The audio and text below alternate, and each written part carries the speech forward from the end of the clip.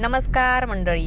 Star प्रवाहावरील लग्नानंतर होईलच प्रेम या मालिकेच्या पुढील येणाऱ्या भागामध्ये आपण बघणार आहोत की आता दोघांचंही सत्य सगळ्यांसमोर आलेलं असतं.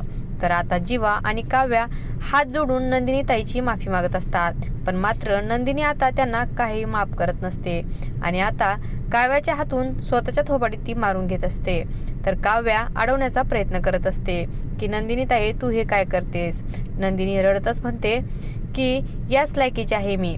त्यानंतर नंदिनीच्या हाताला तिला जीवा आणि नंदिनीचं नाव दिसतं. त्यावेळेस ती आता ते मिटवण्याचा प्रयत्न करू लागते. तर दुसरीकडे जीवा हा शांत बसलेला असतो. त्याच्याकडे बोलायला काही शब्दच नसतात आणि सगळ्यात महत्त्वाचं म्हणजे पार्थ हा पूर्णपणे तुटून गेलेला आहे.